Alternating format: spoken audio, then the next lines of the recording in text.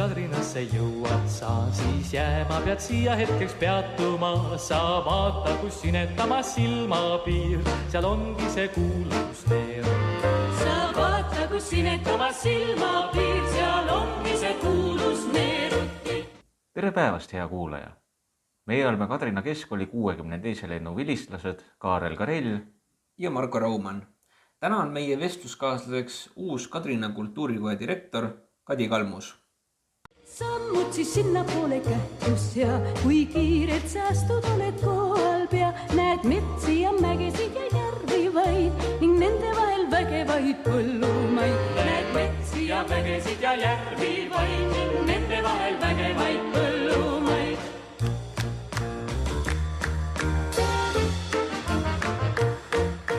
Tere! Tervist! Tere! Rääkige oma vanematest. Milline oli see keskkond, kus te üles kasvasite? No ma kasvasin üles Nõukogude Eestis. Ma sündisin ju 70ndate alguses ja lõpetasin oma lapsepõlve tegelikult just täpselt siis, kui Nõukogude Liit lõpetas. Et minu need noorusajad sattusid tegelikult ülemineku aastatesse, mis muidugi inimest ikka väga ju mõjutab. Aga lapsepõlvest nii palju siis, et tõesti, et kasvasin üles Pärnumaal väikeses Sindi linnas, tööstuslinnas. Kogu selle linna elu dikteeris minu lapsepõlve ajal Sindi 1. detsembri nimeline tekstiilivabrik. Ja minu vanemad töötasid mõlemad selles ettevõttes. Ema oli mul ökonomist ja isa oli spordimetoodik. Ja isa oli ka eluaegne jalgpallitreener. Ja jalgpallur ka siis, see kõva sportlane ja selline spordientusiast.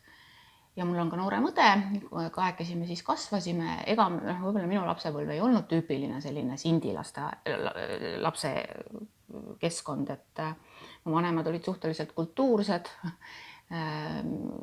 Käisime palju teatris, tarbisime hästi palju kohalikku, üldse kultuuri, kusjuures mitte rahvakultuuri, kummaline kui see ka ei ole. Ma ei ole kunagi laulu peal laulnud, näiteks on ju. Ja üldiselt oli see lapsepõlv ikkagi siuke tore ja helge, nagu ikka inimeste lapsepõlved kipuvad olema, kui nad sellele nagu vaatavad tagant järgi on ju. Et jah, et sellised emotsioonid. Te olete pärit Sindist. 91. aastal alustas seal ka ansambel Tuberkuloited.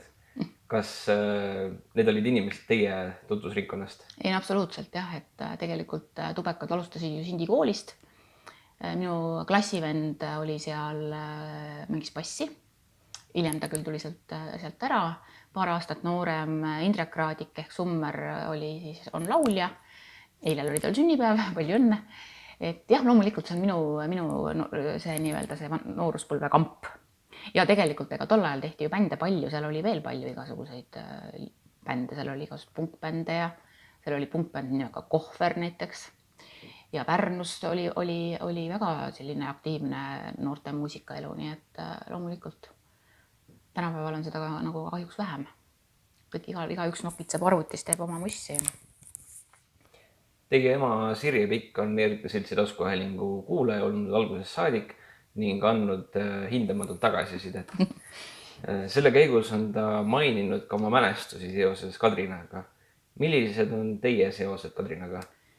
No kõigepealt oma ema kohta paar sõna on ju. Minu ema on täielik Kadrina patrioot ja täielik fänn.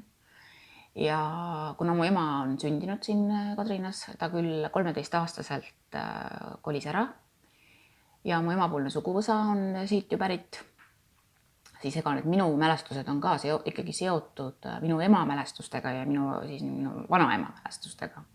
Et ma ise lapsena muidugi olen siin käinud ju ikka sugulastel külas ja niimoodi, aga mul endal otseselt selliseid konkreetseid lapsepõlve mälestusi ei ole, et ma oleksin siin nagu pikalt olnud või midagi sellist. Aga küll jah, et ma olen ikkagi kasvanud tegelikult sellises Kadrina, kuidas ma ütlen, kuidas seda nimetada, sellises Kadrina vaimus võib-olla võib öelda nii, on ju. Sest ma juba lapsena nagu teadsin seda, et siin on see kultuurikiht selline hästi tugev. Ja tõesti jah, just selline läbi siis emapoolse suguvõsa juttude on see Kadrina mulle nagu teada olnud jah. Et minu tegelikult minu vana-vanaema siis tuli koos oma mehega tegelikult Kadrinasse 1917 Narvast, vaat siis, kui hakati sealt selle revolutsiooni alust ära tulema. Et siis nad tulid siia Kadrinasse ja siis tema 6 last juba sündisid kõik siin. Nii et siis minu ühesõnaga siis vanaisa ja on siis siin ju sündinud, et see Kadrinast põlvnemine nüüd nii väga pikk ei ole, aga siiski juba on ju. Ja 6 last oli siis Ida Tamm ja Rudolf Tamm olid need, kes tulid siia elama. Neil oli 6 last, 2 vanemat poega langesid suures maailmasõjas ja 4 last siis käisid siin koolis, kasvasid siin. Ja minu vanaisa, nagu ikka tol ajal juhtus selline asi, et ühe pere lapsed sattusid nagu erinevatesse sellistesse kuidas ma ütlen siis poliitolukordadesse, et minu vanaisa siis Lembit oli see, kes hakkas noore mehena tegema siin MTJ-i, Matsina traktorijaama, tema oli selline natuke kommunistlike vaadetega. Ja minu vanaonu Elmar Tamm, kes elab täna ju veel Kadrinas 96-aastane, on ju siin väga suur vabadusvõitleja ja selline entusiast, et uskumatu vitaalsusega mees, et käisin tal just külas, tal ütles, et tal ei ole aega minuga rääkida, ta peab puid tegema. Ja siis võib-olla lihtsalt huvitav fakt, et minu siis päris vanaema tuli siia siis Kadrinasse 50-ndatel lasteaia juhatajaks. Mõned aastad sai töötada, siis ilmselt mingite segaste olude tõttu ta sealt siis tuli ära, et ilmselt mingid poliitilised, ma ei tea, ma ei oska öelda, aga igal juhul ta oli lasteaia juhataja mõned aastad. Ja ta suri suhteliselt ruttu, nii et mu ema oli 3-aastane, kui ta suri, nii et siis minu vanaisa õde võttis mu ema kasvatada. Ja siis nad 13, kui mu ema oli 13, siis nad kolisid Pärnumaale. Ja mu ema on siin koolis käinud kuni 13. eluaastani ja elas väga pikalt Pikal tänaval, aga mõned aastad siis väiksena elas ka siis Kadrina rahvamaal 2. korrusel. Te lõpetasite Sindi gümnaasiumi 1990. aastal. Millised õppeained teil koolis enim huvi pakkusid? No ikka humanitaarained, ega ma reaalainetes olen ikka siuke 3 mees olnud, aga tõesti, tollal olid ka meil väga sellised tugevad õpetajad, eriti ma pean nagu oma kirjanduse õpetajat kiitma, kes ikkagi pani meid lugema, kuigi meil oli kodus ka ikkagi palju loeti ja ma ikkagi mäletan oma lapsepõlve ikkagi ninaraamatus. Et kui ma olin 2. klassis, siis oli mul juba see lugeja pilet, mis on, ma ei tea, mitu seda pööret seal on juba kõik läbi ja anti mulle juba uus pilet. Ja lugesin hommikuni kuskil nagu ikka oma toas ja siis isa karjus teisest toast, mine maama, kell on 4. Ja siis mõtlesin, jah, ma käin Kempsus ära, siis lugesid Kempsus veel tund aega. Et suudaks praegu nii palju lugeda, et enam ei ole nagu seda aega nii väga, aga jah, ja kirjandusõpetaja oli meil Helja Sutt, legendaarne, kes ka praegu on veel täiesti tegus. Ka 90-ndates eluaastates nägin ükspäev just tema poega, kes on Pärnumaal tuntud koolijuht ja küsisin, kuidas siis emal läheb. Ta ütles, et ta ei tea, ema on pensionäridega Tšehhoslovakkias bussiga. Et sellised tublid eakad inimesed. Kas te kooli ajal tegelesite ka mingi koolivälise tegevusega? Mina sattusin Pärnu matkaklubisse mingil põhjusel. Tekkisid mingid Pärnu tuttavad ja Pärnu ja Sindi on suhteliselt üksteisele lähedal ka, linnaliini buss käis. Ja käisin siis Pärnu matkaklubis ja tollal siis me käisime, seal olid legendaarsed sellised vanad need matkahundid, nagu nad nõukaajal olid. Käisime Koola poolsaarel, käisime Kõrbematkal gümnaasiumis, pluss need siis tol ajal tehti selliseid asju nagu matkaturiaadid olid Eestis. Koolinoored tulid kokku ja siis koolimajades magati ja siis läbiti selliseid vahemaid ja mingid punktid olid seal. Et see oli nagu, ja see mind kohutavalt palju tegelikult mõjutas, sest ma sattusin ikkagi sellisesse täiesti teistsugusesse seltskonda minu jaoks.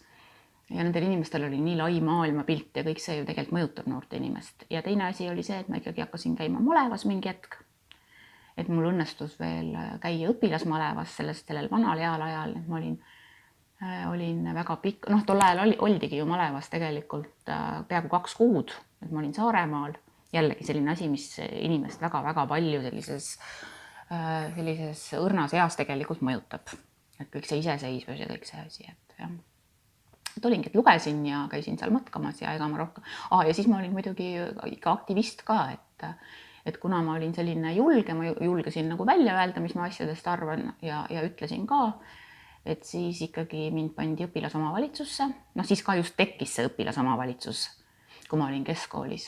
Siis ma olin õpilasomavalitsuses ja siis me seal ikka tegime natukene revolutsiooni ka, et me astusime seal üles, et tüdrukutega, et me keeldume sõjalisest algõpetusest ja alguses meid seal üritati nagu alla suruda, aga siis hakkasid juba need uued tuuled ka puhuma ja tegelikult saavutasime selle, et me ei käinud seal, ei pidanud seda püssi laskma.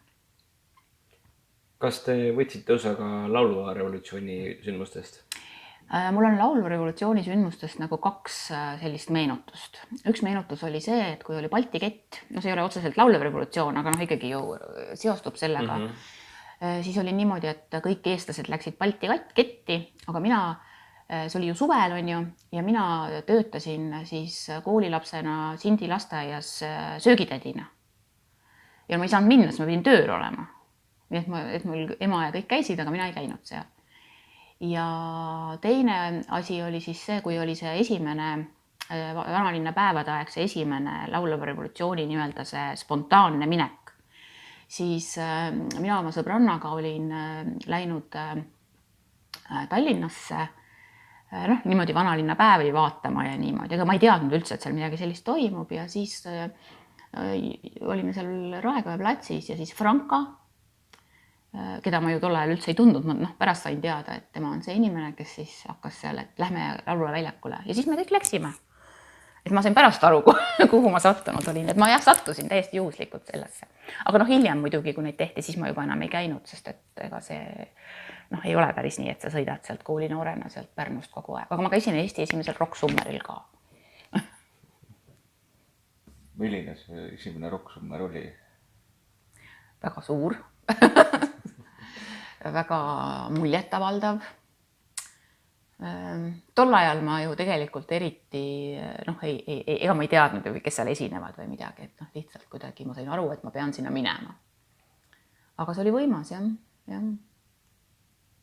Ja kui juba nagu selle muusika peale jutt läks, siis ma ei tea, kas need olid need samad vanalinnapäevad, millest me just äsja rääkisime või olid need mingid eelmised või järgmised, aga ma mäletan, et me jalutasime oma sõbrannaga mööda Viru tänavat ja kuskilt tuli niisugust rockmuusikat. Ja see oli Bastioni aed, me läksime sinna sisse ja seal lõppes just Ultima Thule kontsert, hakkas lõppema. Ma olin ju siis 16, Ega ma sellest Ultima Thulest ka mitte midagi ei tea. Ja piletimüük oli juba lõppenud, nii et me saime sinna sisse minna. Ja mul on siiamaani nagu meeles see, et ma olin nagu täiesti halvatud. Ma lihtsalt olin nagu soolasammas. Ma mõtlesin, see ei ole lihtsalt võimalik, sest see oli lihtsalt nii äge. Slavka Kobrin mängis ja suits tolkmes sealt suunurgast väljas ja see oli nagu midagi täiesti uut minu jaoks. Ja sealt siis sai minu suur armastus Ultima Thule ja Riho Sibula vastu alguse. Et kui ma sain 50, siis kutsusin Riho Sibula oma sünnipäeval esinema ja siis esines ära ja siis varsti oligi kõik. Et sellised lood ja et kuidas nagu lapsepõlvest mingi. Ja mul on see siiamaani nagu täiesti eredalt meeles see asi.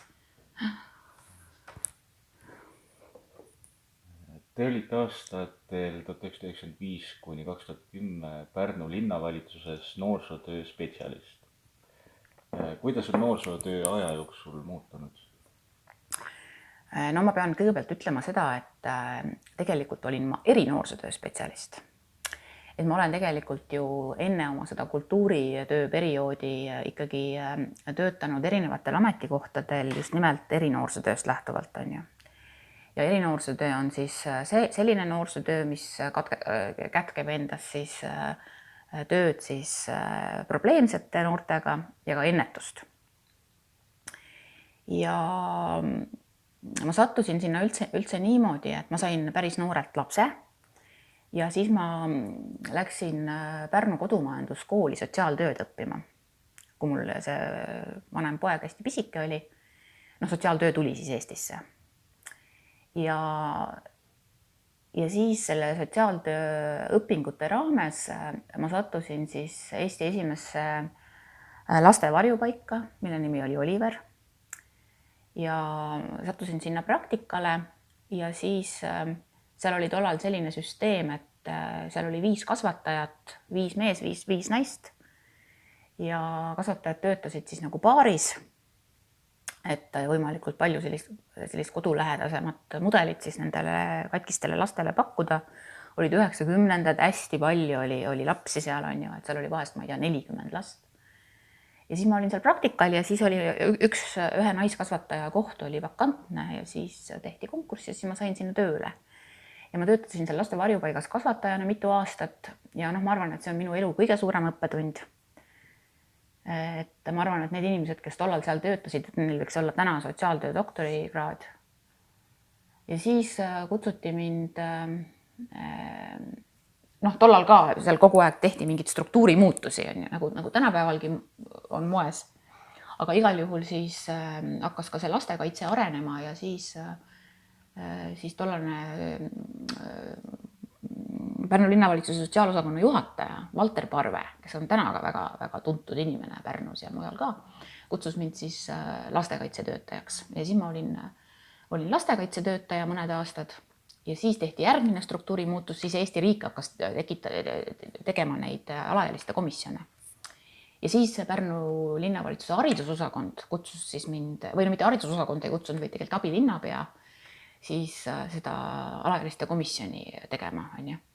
Ja Pärnu linn oli esimene, kes selle komisjoni tegi, nii et tegelikult olid need kohustuslikud nagu maakonnas, aga Pärnu linn oli piisavalt suur ja siis linn tegi ise ja siis mul õnnestus nagu seda süsteemi kõik seal välja töötada. Mulle meeldib nagu üles ehitada mingeid asju. Ja siis oligi niimoodi, et alguses oli mul see ametinimetus alaealiste komisjoni sekretär, aga siis ta suhteliselt ruttu muutus erinoorsuse spetsialistiks, sest kogu see valdkond oli siis nagu minu nii-öelda kureerida. Ja seal hulgas ka muuseas avatud noortekeskused. Et avatud noortekeskust, ja nüüd jõuame tegelikult selleni, et kuidas see noorsootöö on muutunud, on ju. Et ma mäletan seda nii hästi, et kuidas, kui nüüd noortekeskusi hakati rajama üle Eesti, et siis ka ju paljud omavalitsused, volikogud ei arvanud sellest midagi ja vanemad härrad seal ütlesid, mis noortekeskus sporti peab tegema ja siis ikka põhjendati seda sellega, et lapsed on bussipeatuses, et neil ei ole kuskil olla. Tänapäeval me sellest ei räägi. Et tänapäeva ma arvan, et noorsootöö on ikkagi väga palju muutunud, sest just nimelt need eesmärgid on muutunud. Kui see aeg sai mööda, et lapsed bussipeatusest ära, siis olid noortekeskused ju sellepärast hästi popid, et noortekeskuses olid vahendid. Kõik tahtsid PlayStationit mängima tulla või siis mindi kuskile, peredel oli ju vähem raha. Tänapäeval on teistmoodi, tänapäeval on kodudes on kõik asjad olemas. Ei ole nagu väga, et see noorsootöötaja on tegelikult nii oluline inimene, et kui sellel noorsootöötajal on seda sotsiaalset kapitali noorte seas ja ta suudab need noored kaasata, siis tuleb sellist inimest nagu, ma ei tea, hoida ja armastada ja poputada, et ta jumala eest alles oleks, on ju. Ja eks need noortekeskused, me räägime praegu avatud noorsootööst, on ju, noorsootöö on ju palju laiem mõiste, sageli arvatakse, et noorsootöö ongi noortekeskus, kaugeltki mitte, on ju. Aga noortekeskused on ka tänapäeval ikkagi paikkonniti väga erinevad, nad kannavad väga erinevaid eesmärke.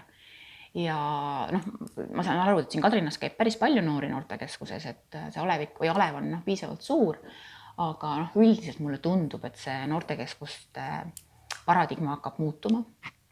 Et sellist mudelit, nagu on olnud nüüd siin 30 aastat viljeletud, võib-olla enam see nii väga ei tööta, peaks võib-olla natuke vaatama neid asju ümber.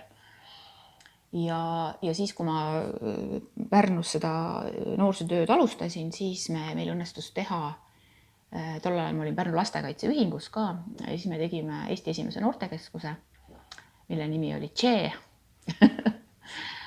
See tekitas kohutavalt palju paksu verd ja noh, nii edasi on ju, et aga noh, see tegelikult Che mitte niivõrd revolutsionäär, vaid kui popikoon on ju. Ja võt seal noortekeskuses olid siis noored vanusest 13 kuni 26. Seda juhtis minu hea sõber Toomas Varu, kes täna on Rae kultuurikeskuse direktor. Ja kui Toomas sealt noortekeskusest ära tuli, siis jäi temast maha sinna, kuulake nüüd palun, see ei ole mingisugune udujutt, 36 noortebändi. Noh, täna muidugi Pärnus enam sellist noorsootööd kahjuks ei tehta. See on jällegi see sama asi, et karismaatiline liider peab olema. Ja tollal oli seal ka veel selline lugu, et üks asi oli see, et need noortebändid olid, aga teine asi oli seal, et seal näiteks seal ühes majas tegutsesid siis noorte rokibändid ja Pärnu vene noorte MC näiteks on ju, kes muidu ainult kaklesid tänavatel. Et seal nad kuidagi nagu said kokku ja tehti neid bändilaagreid ja asju kõiki. Et see oli äge värk. Aga muidu on ju noortekeskused tegelikult sisuliselt meil ju päevakeskused, mis tegelikult võiks üldse hoolekanderida olla. Mis on noorsootöö osas teie jaoks kõige olulisem? Ma seda küsima, ma ei oskagi öelda. No, eks see on nagu mitu poolt on ju, et minu jaoks on, võib-olla ma ei ütleks nagu olulisem, aga mul on ikkagi südamelähedane just nimelt see erinoorsootöö on ju, et kõik see, kuidas me toimetame selliste lastega, kellel on igasuguseid probleeme, siis kindlasti ennetus. Ega ennetus ei ole ju ka niimoodi, et me teeme korvpallivõistluse ja paneme sellele nimeks ei narkootikumidele ja siis ongi nii, on ju. Ja teiselt poolt siis võib-olla selline kultuuriline noorsootöö, just nimelt see, et ikkagi seda sama meie oma Eesti kultuuri me peame nagu igas mõttes ju hoidma ja seda noortele edasi andma. Ja siis mul kolmas selline huviobjekt on ikkagi see noorte suvine tegevus, et ikkagi see malevate värk, et ma Pärnu linnas tegelesin õpilasmalevatega, siis vahepeal ma olin ju Sindi linnavalitsuses haridusnõunik, seal ma tõmbasin maleva käima ja nüüd Luunjas ma siis tegin malevat 13 aastat. Et see on igas mõttes nagu hästi vajalik. Möödunud aastal linnastus Tõnis Pildi esimene täispikk mängufilm Frank. Filmi tegevustik toimub aastal 2006 ning peamine roll on filmis täita noortel. Milliste probleemidega puutusite ise noortega töötades Pärnus kõige sagedamini kokku? Jah, selles mõttes, et see Frank on nagu hea näide, et kuigi ma ütlesin ka, et ma tegelikult väga piinlik ei ole seda filmi näinud. Aga ma olen näinud katkendeid, ma olen lugenud arustusi, ühesõnaga ma olen kursis selle filmiga. Ja tõepoolest, et 2006. aastal, ütleme 2000-ndate alguses ja keskpaigas oli ikkagi alaealistel, ütleme niimoodi, et see alkoholi tarvitamine oli päris selline suur ja just see, et kui tänased noored võib-olla tarvitavad selliseid lahjasi jooke, on ju, et see probleem on ju kogu aeg olnud, et siider, et see on ju limonaad, et mis see siis on. Aga tol ajal joodi ikka viina. 11-aastased jõid ikka viina ja jõid ennast ikka nii sassi, et ikkagi tuli neid nagu turgutada. Ja siis oli muidugi mingi hetk oli väga suur probleem, oli liiminuusutamine, see oli võib-olla natuke varem, aga ka siis. Siis kindlasti igasugused vägivallakuritegusid oli loomulikult, on ju. Ja mis siis veel? Ja üldse selline tänaval nii-öelda nagu jõlkumine, on ju, et tänapäeval ei viitsi keegi enam kuskil tänaval olla. Et see, ja siis oligi pandipidu. Nüüd on ka need noortepeod on kolinud ju erapindadele. Keegi ei teagi, mis toimub. Tollal narkootikume oli vähe. Aga ikka juba oli, jah. Siis 2001. aastal raputas Eestit Pärnu metanooli tragöödia. Millised on teie mälestused sellest? Minul on täiesti konkreetsed mälestused. Mul on nagu sellist kaks mälestust. Esimene mälestus on see, et kui see asi juhtus, siis ma viibisin ühel koolitusel ja see oli väga huvitav koolitus. Seda koolitust tegi minu meelest Justiitsministeerium ja see oli ka selline kriminaalpreventsiooni koolitus, see oli hästi pikk, kestis võib-olla mingi aasta, noh, sellised moodulid olid sellel ja seal osalesid siis oli ministeeriumi tase, siis oli maakondlik tase ja siis oli üks omavalitsus, nii et see üks omavalitsus oli siis Pärnu ja seal olid siis nagu linnaametnikud, siis olid seal politseinikud ja meid koolitasid Inglise politsei ohvitserid. Ja siis, kui see hakkas see info tulema, siis meie politseinikud jooksid sealt koolituselt kõik minema ja järgmine hommik hakkasid need ajalehed tulema ja siis, aga metanooli tragöödial oli samal ajal ju kaksiktornid läksid ju, on ju. Ja siis mina mõtlesin, et esikaantel olid need kaksiktorni uudised ja mina mõtlesin, mis tornid? Meil Pärnus surevad inimesed, on ju. Üldse nagu ei jõudnud kohal. Ja siis juba järgmisel päeval me siis laste varjupaigas tegime kriisikeskuse, nii et mina juhtisin seda kriisikeskust, hakkasime kohe tegime selgeks palju lapsi seal, nagu seal oli seotud, sest tegelikult see põhiline, nii-öelda see kese oli tegelikult ikkagi sotsiaalmajas, aga seal oli ka mõned lapsed, kes olid, me tegelikult teadsime kõiki neid kliente ja siis jah, et kuidagi seal laste varjupaiga pinnalt me tegelesime selle kriisitööga seal. Vahemikus 2010 kuni 2014 töötasite te esmalt Sindi linnavalitsuses haridus- ja kultuurispetsialistina ning seejärel olite te tööl Kaagvere erikoolis. Kas neid ametikohti saab omavahel ka võrrelda? Tegelikult ma töötasin Sindi linnavalitsuses, et Pärnu linnavalitsus koondas mu ära, ka tuli jälle uus võim, on ju. Ja siis ma tegelikult jätkasin Pärnu õppenõustamiskeskuses, tegin seda sama tööd edasi poole kohaga, aga see on omaette pikk jutt lasta olla. Ja siis ma läksin poliitikasse. Aga hea küll, et juba see huvi oli mul Sindis ja siis ma saingi Sinti, siis kandideerisin sinna selleks hariduskultuuri ametnikuks, seal ei olnud varem sellist ametnikku. Ja tegelikult Kaagvere erikooli ma läksin siis, kui ma olin juba Tartumaale tulnud, et ma tulin Sindist otse Tartumaale Loon- ja kultuuri vaba aja keskusesse ja siis paralleelselt töötasin ka Kaagveres, nii et ma töötasin tegelikult 4 aastat 2 kohal.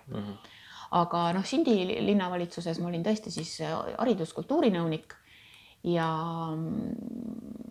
ega selles mõttes Kaagvere erikooliga neid asju ei ole üldse mõtet võrrelda, sest üks on ametnik, üks on kohalik omavalitsus, teine on riigikool, on ju.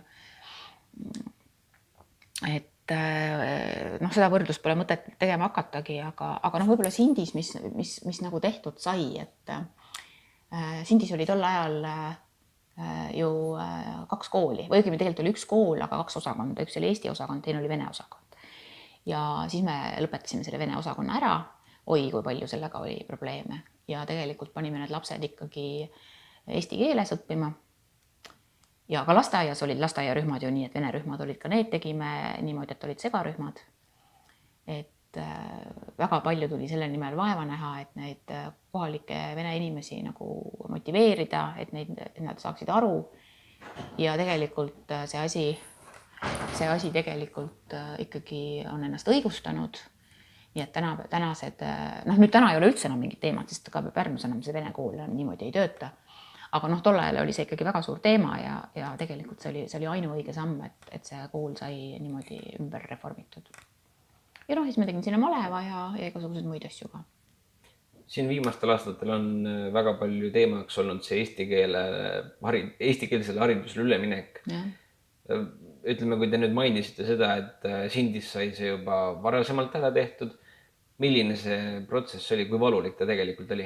Ta oli väga valulik, aga ma ütlen, me ei kiirusta, võtsime niimoodi aeglaselt, rääkisime kõikide perekondadega läbi ja tollal oli ju, Pärnus oli ju vene gümnaasium olemas, nii et need, kes ikkagi olid väga vastu, nemad ikkagi viisid oma lapsed sinna vene gümnaasiumisse. Ja ma arvan, et ega ma ju tegelikult ei oska niimoodi tagantjärgi öelda, et eks nendel õpetajatel oli see kõige suurem raskus. Aga kuna neid lapsi ei olnud nii palju, nad lapsed jagunesid ikkagi nende klasside vahel ära, siis ma ei mäleta, et oleks ka olnud mingisuguseid väga suuri selliseid tagasilööke.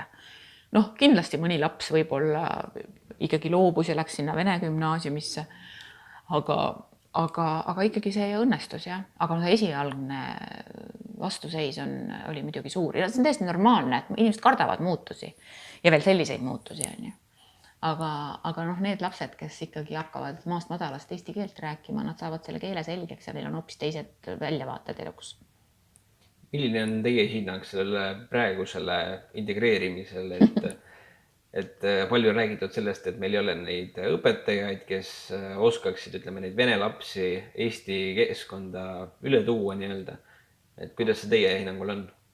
Jah, ega ma ei ole nüüd selles mõttes tõesti spetsialist ja ma ei ole ka praegu ju tänapäeval enam selle kooliga nii väga seotud, on ju, et no ma kujutan ette, et kui neid lapsi on igas klassis 1-2, siis sa saad hakkama.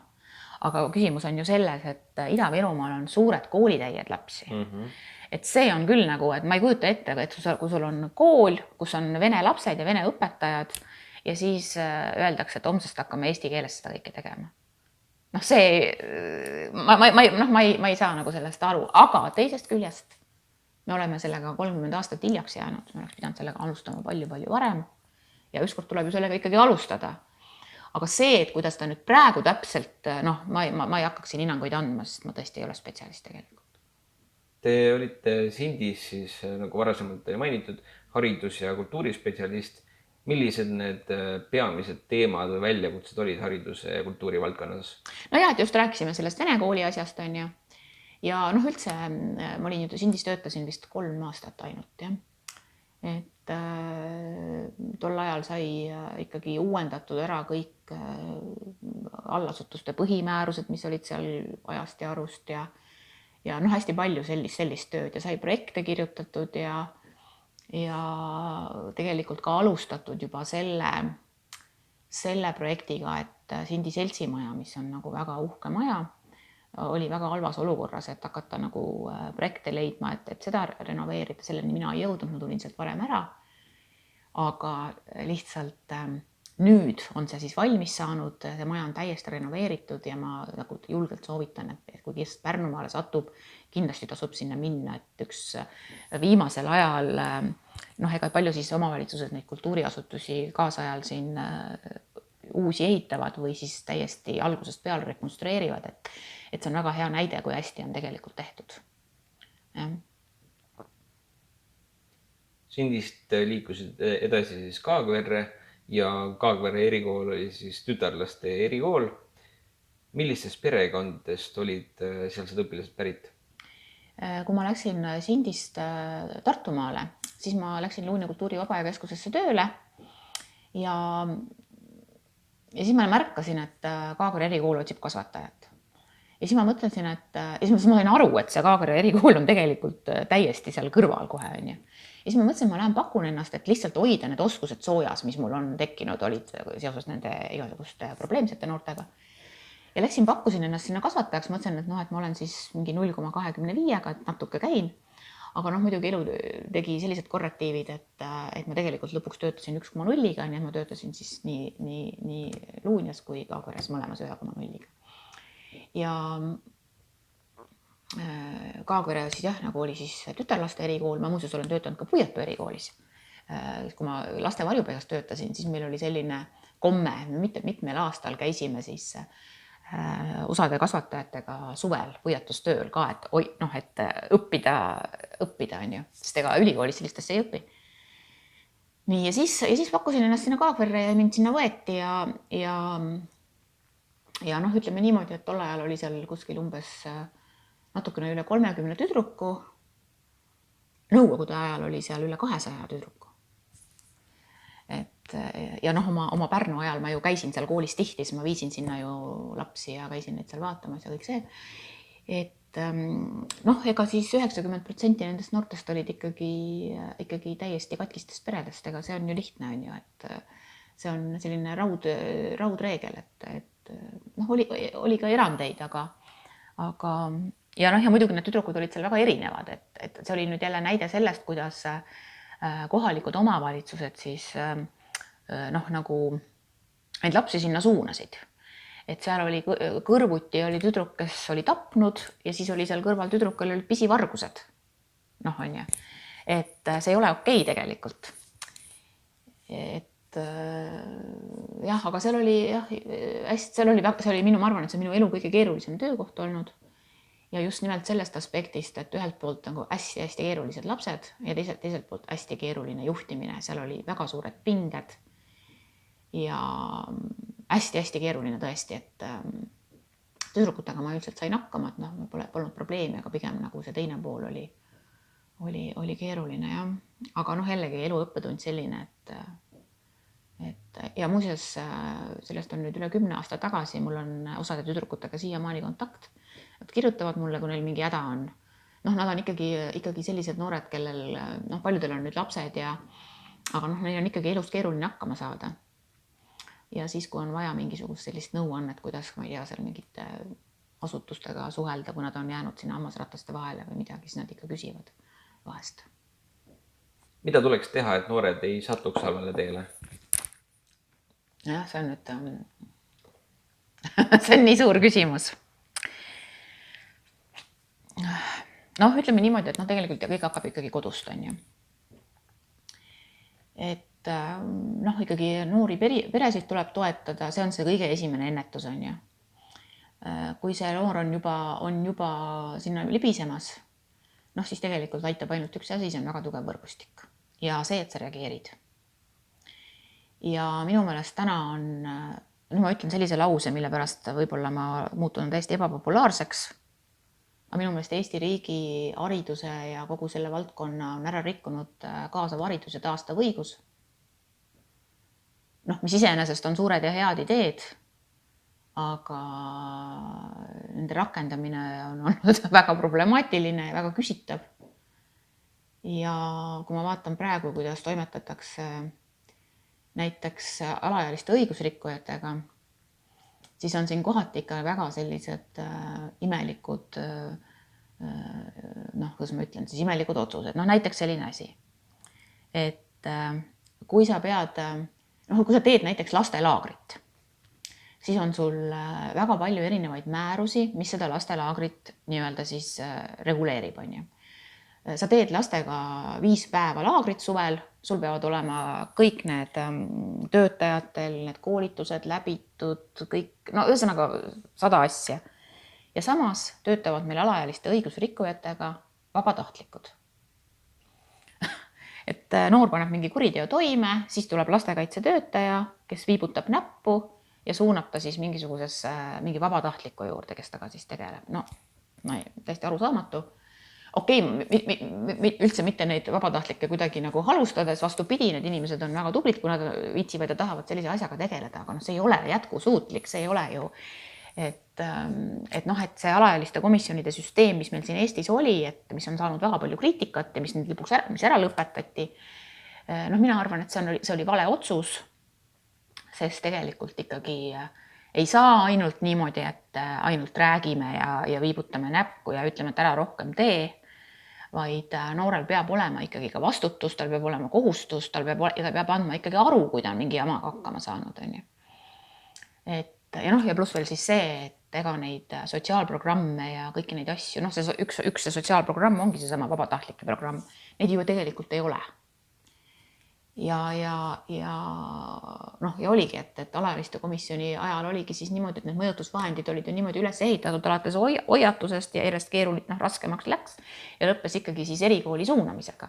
Täna tegelikult ju need, mitte mingisuguseid selliseid vahendeid ei ole, on ainult selline nende positiivsete asjadega, ega loomulikult nendega tulebki alustada, aga alati nendest ei piisa. Ja see on jälle seesama lugu, et meie riigiametnikud käivad Islandil vaatamas, kui äge seal kõik on ju, aga me ei saa Islandit üle tuua sellesse ühiskonda siia. Nii et minu isiklik selline, see on puhas minu isik, ma ei ole mitte mingisugune ütleja, ma ei tööta selle alal enam, aga ma leian, et see asi on meil väga kehvasti siin riigis. Samal ajal, kui te Kauris olite, siis te, nagu juba mainisite, olite ka siis Luunja kultuuri- ja vabaajakeskuses ja seal olite direktor kuni siis tänavuse aastani. Jah. Mille poolest Luunja kultuurielu teie arvates silma paistab? Luunjaga oli niimoodi, et ma ühesõnaga siis läksin Tartusse, siis ma sain, läksin sinna Luunja kultuurivaba, tollal oli Luunja kultuurimaja, lihtsalt leidsin endale seal ühe ametikoha, et üldse kuskil töötada, sest mul ei olnud tööd. Ja siis üsna ruttu me tegime seal struktuuri muutuse ja minust sai siis direktori asetäitja spordi- ja noorsootöö alal. Nii et noortekeskused tulid siis sinna asutuse alla, ka sporditöö korraldamine ja siis me tegimegi selle asutuse Luunja kultuurivaba keskuseks. Ja siis ma töötasin selle direktori asetäitjana 4 aastat ja siis sain juhiks ja tegelikult ega ma ei olnud üldse huvitatud selleks juhiks saamisest, et seal oli mitu konkurssi, ma ei kandideerinud, aga nad kuidagi seda inimest ei leidnud ja siis lõpuks ma andsin nagu järgi, et hea küll, et nagu nii ma olen juba 1,5 aastat seda tööd teinud, et las ta siis olla. Ja kui ma seda kultuuritööd hakkasin tegema, siis oli ikkagi niimoodi, et ma ikka olen seda lugu rääkinud, et olles töötanud väga pikalt väga raskete klientidega, siis läbi ma põlesin hoopis kultuuritöö alal. Et lihtsalt kuidagi see tundus kõik nii keeruline aga et siis ma sain õnneks endale sinna abilise ja hakkasime tegema ja kuidas öelda, ma ei taha ennast nagu väga kiita, aga tõesti me kuidagi saime selle asja nagu väga tööle, ma suutsin endale sinna tekitada nagu ülimalt hea meeskonna. Aegade jooksul tuli kogu aeg sinna asutusele neid juurde, neid igasuguseid valdkondi ja nende valdkondade liitmine tuli nagu iseenesest, see ei olnud niimoodi, et keegi kuskil sai haiget ja et neid muutusi juhiti kuidagi halvasti, et see kuidagi täiesti orgaaniliselt kõik juhtus. Ja mina olen oma kultuuritöös nagu kogu aeg ikkagi sellist põhimõtet järginud ja miks ma üldse ka siia julgesin kandideerida, ongi ikkagi see, et eriti sellises väiksemas vallas peavad need asjad omavahel integreeritud olema. Ei saa olla nii, et me teeme, kultuur on ühes torus ja noorsootöö on teises torus ja sport veel 3. on ju. Ja tänu sellele, et meil need valdkonnad olid ka liidetud, tekkis ka suurem meeskond, mida paremini ära kasutada. Sest et mingisuguseid suurproduktsioone on üldse väga keeruline teha, kui seal on 1 või 2 inimest. Ja et milline see Luunja kultuurivaba keskus nagu välja paistis või see Luunja kultuur, et kohaliku omavalitsuse kohustus on ju kultuurivaldkonnas tegelikult ühelt poolt nagu rahvakultuuri hoidmine. Ja sellega täna rahvamajad saavad ju suurepäraselt hakkama, aga mina üritasin ka seda teist poolt ikkagi nagu tuua, et ka siis sellise kaasaegse kultuuri ja kõrgkultuuri toomine, et ma seda nagu väga pean väga oluliseks. Ja ma arvan, et selle asutuse edu pant oligi võib-olla see, et need asjad olid tasakaalus. Ja selle aja jooksul võib-olla suuremad asjad, mille üle uhkust tunda, oli tõesti see, et me tegime, koroona tuli muidugi peale kahjuks, aga hoolimata sellest oli meil üks suur produktsioon, mille nimi oli siis Hendrik Visnapuu etendus Keisriusk. Et kuna Visnapuu oli Luunja vallas elanud, siis me hakkasime tegema Visnapuu aastat. Lihtsalt, et võtsime nagu teema aastaks. Siis ma kutsusin Jürgen Rooste projektijuhiks. Aga siis tuli koroona peale, et me ei saanud paljusid asju ei saanud nagu ellu viia, aga selle etenduse me tegime ära. Ja see Keisriusk oli väga huvitav asi oli selle Keisriusuga. Ühesõnaga Loone Ots leidis selle kuskilt arhiivist ülesse.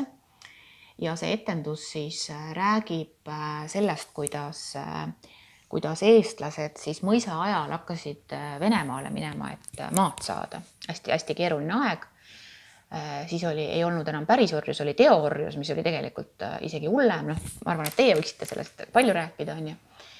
Ja selle etenduse esietendus pidi olema minu meelest, nagu ma õigesti mäletan, 38. aastal Estonias ja see keelati Pätsi ukaasiga vahetult ära. Ja rohkem ei ole seda Eesti teatrites tehtud. Ja siis me kutsusime Raivo Trassi seda lavastama ja trupp oli hästi suur, seal pooled olid siis professionaalsed näitlejad ja teised pooled olid siis kohalikud meie enda harrastusnäitlejad. Ja mängiti seda siis kultuurimaja saalis 2 hooaega ja see oli ikkagi, see oli ka jällegi, ma ei olnud varem sellist asja teinud, hästi keeruline, kõik see rahastuse leidmine ja kõik see lugu, aga minu meelest väga õnnestunud asi. ja siis saabus Tartumaale Euroopa kultuuripealinn Tartu 2024, mis oli ju tegelikult Lõuna-Eesti, kogu Lõuna-Eesti oli Euroopa kultuuripealinn. Ja selle raames siis me tegime 2 sellist suurt asja. Esimene oli festival Taliteed, mida me tegime ka veel see aasta, et see on üks vähestest asjadest, mis on nii-öelda jäänud nagu kestma. On siis selline loodus- ja pärandifestival, just nimelt Ema ja Suursoo on ju seal Luunjas ja Emajõgi ja kõik see. Ja teine suur asi oli siis, mida iga omavalitsus siis sai ka selle jaoks raha, oli siis, kuidas keegi seda lahendas, kuna Luunja alevikust on pärit Eesti klaveriehituse Grand Old Man Erstis, kes on siis loonud Estonia klaverivabriku, rekonstrueerinud Estonia klaveri, ka muuseas selle Riiga, mis igas kodus on. Ja Eesti Rahvusliku Klaverimuuseumi filiaal jõudis Luunja kultuurimajja peaaegu 15 aastat tagasi, rohkem kui 10 aastat ennem kui muuseum ise, et Alo Põldmäe, kes on ju Kadrinas tuntud mees, on ju, oli ka Luunjas meil väga suur koostööpartner. Et ühesõnaga seda Easy pärandit me olime kogu aeg ajanud ja siis me tegime siis klaverigala pühendusega Eesti klaverile.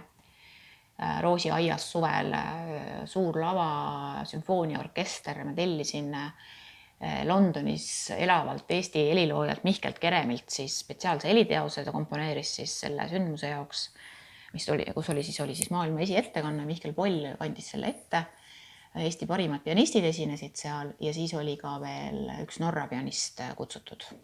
Nii et see oli väga kihvt ja võimas üritus ja ilmselgelt sellist asja nüüd rohkem väga palju aastaid ei tule, sest see oli lihtsalt nii kohutavalt kallis.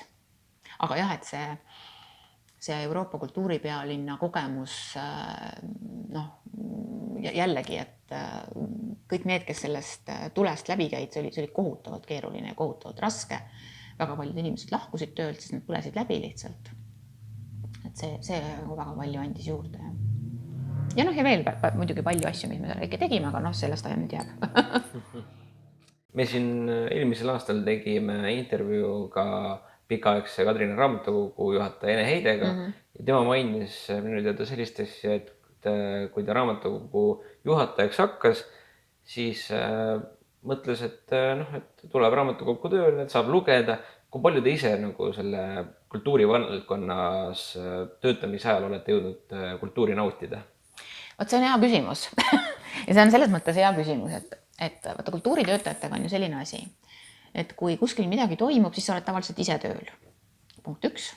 Ja punkt 2, ega nüüd kultuuritöötaja palgad nagu väga ei võimalda neid pileteid osta. Aga jõudumööda ikka loomulikult ja ma ütlen, et ma olen väga suur kunstihuviline, ma külastan väga palju kunstinäitusi, see ei maksa midagi. Et tõesti, ma arvan, et me oleme elukaaslasega külastanud aastas ikka circa kuskil umbes 100 näitust. Siis on meil ühised muusikahuvid, kindel festival, kus ma nüüd olen käinud 5 aastat, on Station Narva. Teatris käime jõudumööda. Aga jah, et ega väga palju ei külasta, sest et just nimelt, et tavaliselt oled ise tööl või siis piletid on ikka nii kallid, et ei saa. Aga kindlad asjad ja ega ma olen valiv ka, et ja kui sa ise teed ka selliseid asju, mis endale nagu huvitav on, siis saad sealt ka juba selle laksu kätte, on ju. Et eks see valik, mida ma Luunjas tegin, see on paratamatu, et sa teed seda ikkagi ju enda maitsest, on ju, et loomulikult sa annad endale aru, et sa pead võib-olla ka natuke mingeid muid asju tooma, aga ma olen ikkagi seda meelt, et kohaliku kultuurikorralduse või selline eesmärk on ka publikut nagu kasvatada. Ei peaks nagu minema kõige nagu selliste lihtsamate lahendusteni, et pigem tee neid pidusid vähem, aga olgu siis korralik bänd, on ju, ja nii edasi. Et jah, et peab ikkagi mingit taset tuleb säilitada ja ma olen seda oma maitse järgi teinud ja Luunja rahvas on rahule jäänud. Ma loodan, et siin läheb samamoodi. Te olete Kadrina kultuurikoja direktor nüüd ja milline on siis teie esmamulje uuest ametist ja kogukonnast? No seda, et siin Kadrinas on see kultuurikiht ju väga paks, seda ma ju teadsin. Ja see, et ta veel nii paks on, see nüüd jõudis veel rohkem kohale. Et kohati jääb selline mulje, et kultuurimaal polegi nagu vaja midagi teha või rahvamajal. Et see on nagu ülimalt positiivne ja teine positiivne asi on see, et see vastuvõtt on tõesti väga soe olnud. Et mind paneb imestama see, et inimestel on nii suur huvi, et kes nüüd siis tuli. Et väga palju inimesi on lihtsalt uksest sisse astunud ja öelnud, et ma tulen vaatama, kes siin nüüd on ja tere ütlema ja äärmiselt tore. Ja oma esimesel tööpäeval, ma olen nüüd siis 4 päeva töötanud. Esimesel tööpäeval kohe õnnestus osaleda Neeruti seltsi juhatuse koosolekul. Et ega ka Neeruti selts, ma teadsin ju, et see Neeruti selts on, et äärmiselt tähelepanuväärne tegelikult, sest et kohalikud omavalitsused on ju tegelikult väga-väga hädas sellega, et nad ei suuda seda kultuurilugu talletada, et ei ole lihtsalt aega selleks kellelgi. Et siin selline selts on, kes on sellega teadlikult tegelenud, et täiesti väga-väga-väga positiivne. Nii et ma arvan, et kui Kadrina inimesed mu ikkagi nagu nii-öelda alla neelavad, et siis tegelikult kultuurikojal on väga suur ülesanne või selline eesmärk võib-olla neid otsi siin kokku sõlmida. Et see koostöö oleks veel parem nii mittetulundusühingutega, aga neid on ju väga palju, kui ka siis allasutustega, et see pilt oleks terviklikum, omavahel rohkem seostatud, võib-olla ka rohkem mõtestatud. Et see tuleb muidugi ajaga, et seda niimoodi nipsust kohe ei tee, aga ma arvan, et sinnapoole peaks liikuma. Et Kadrina kultuurikojast rääkida, siis võib-olla üks põhjus oli küll, miks ma kahtlesin siia kandideerimast, oli ikkagi see, et Ahto Lembit, Lehtmetsa kingad on ikka väga suured. Et ega väga palju ei ole Eestis selliseid rahvamajasid või kes on ikkagi üle Eesti tuntud, et Kadrina kultuurikoja tegemisi ma teadsin ühest küljest küll tänu oma emale, aga teisest küljest ka ikkagi just nimelt sellele, et see, mis siin tehti, nagu paistis välja. Et Ahto on väga head tööd teinud, et nüüd on vaja nagu edasi seda viia ja võib-olla panna sinna mingeid uusi kihte juurde. Et aitäh talle ja mul on hea meel, et me oleme saanud juba kontakti ja oleme ka kokku istunud ja asju arutanud ja et ta lubas alati nõu ja jõuga abiks olla, kui vaja on ja kindlasti ma kavatsen seda kasutada, neid nõuandeid. Kas ja kuidas saab oma varasemaid töökogemusi uues ametis rakendada? Ega siis kultuurikorraldus on ju ikka, need meetodid on ju samad, aga teisest küljest kogukonnad ja nende ootused on nii erinevad. Et eks ma püüan nüüd siin ikkagi aru saada, mis siis Kadrina inimeste ootus on ja mitte ainult Kadrina inimeste. Et me ei saa nagu tegelikult ikkagi neid piire tõmmata, et nüüd lõpeb siit Kadrina valla piir ära ja meie asi on ainult see, et siin tuleb ikkagi ka seda maakondlikku mõõdet vaadata. Te siin ennist mainisite ka, et Kadrina kultuurikojale on siis nagu ülesanne kogukonda nagu rohkem kokku siduda, koostööd suurendada, aga mis see teie ülejäänud visioon siis oleks selle kohaliku kultuurielu arendamiseks? Siin on nagu 2 asja. Üks asi on see, et esimene lühieesmärk on tegelikult see, et kui ma siia tulin, siis ma sain aru, et ma tulin Kadrina kultuurikoja direktoriks. Aga ikkagi mulle tundub, et rahvamaja on eraldi, noortekeskus on nagu natukene eraldi, täiesti segaseks jäi mulle see huvikeskuse asi, nüüd ma saan juba aru, kuidas need süsteemid käivad, et minu esimene eesmärk on ikkagi see sõlmida üheks tervikuks. Kadrina kultuurikoda, mille all on Kadrina noortekeskus väikse tähega, Kadrina rahvamaja väikse tähega on ju. Ja meeskond on üks, ikkagi, et see meeskond peab käima ühte jalga. Nüüd, mis sellest suuremast visioonist rääkida, siis ma ei tahaks seda visiooni veel täna välja öelda, sest et ma ju ei tea. Et ma tahaksin rohkem inimestega rääkida, kuulata, ja siis hakkame niimoodi vaikselt tegema ja mingi hetk ta peaks nagu välja kooruma, et ma ei tahaks praegu seda lippu siin lehvitada, et nüüd hakkab see nii olema, on ju. Sest tegelikult Luunjas oli meil väga hea, meie asutusel oli väga hea slogan, mille tegelikult mõtles välja Valner Valme. Ma ei saa kahjuks seda sealt Luunjast siia tuua ja selle slogani nimi oli Ise oled kultuur.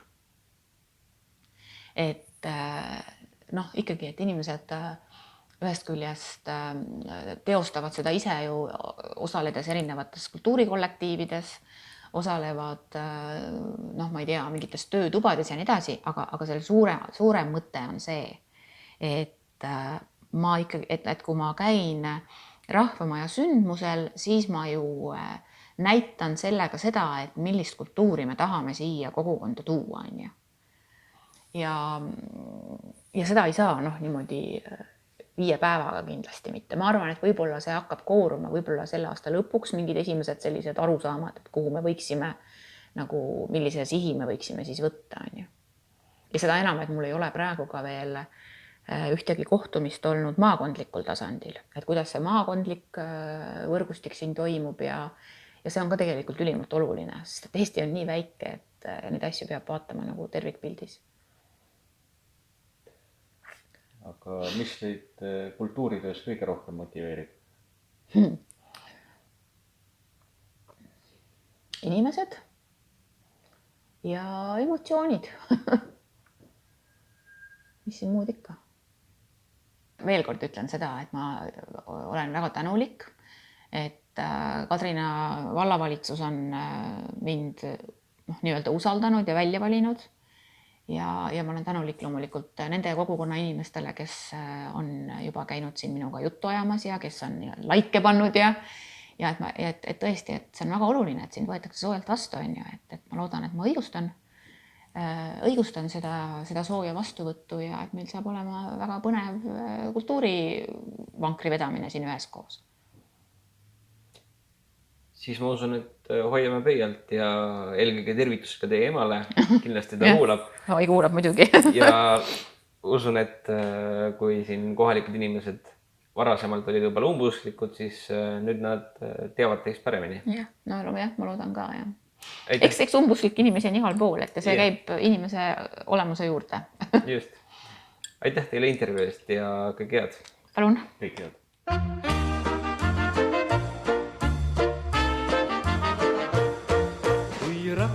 Kadrinasse jõuad sa, siis jääma pead siia hetkeks peatuma. Sa vaata, kus sinetama silmapiir, seal ongi see kuulus neer.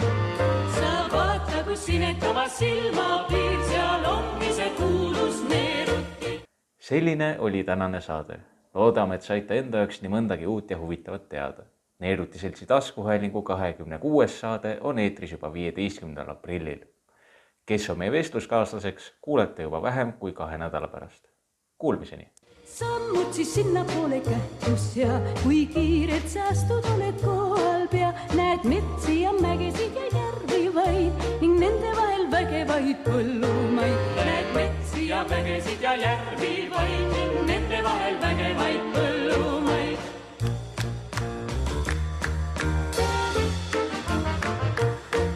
Kui võtad sa raamatu, siis sealt sa loed, näe kündisin Kalevite kangem poeg.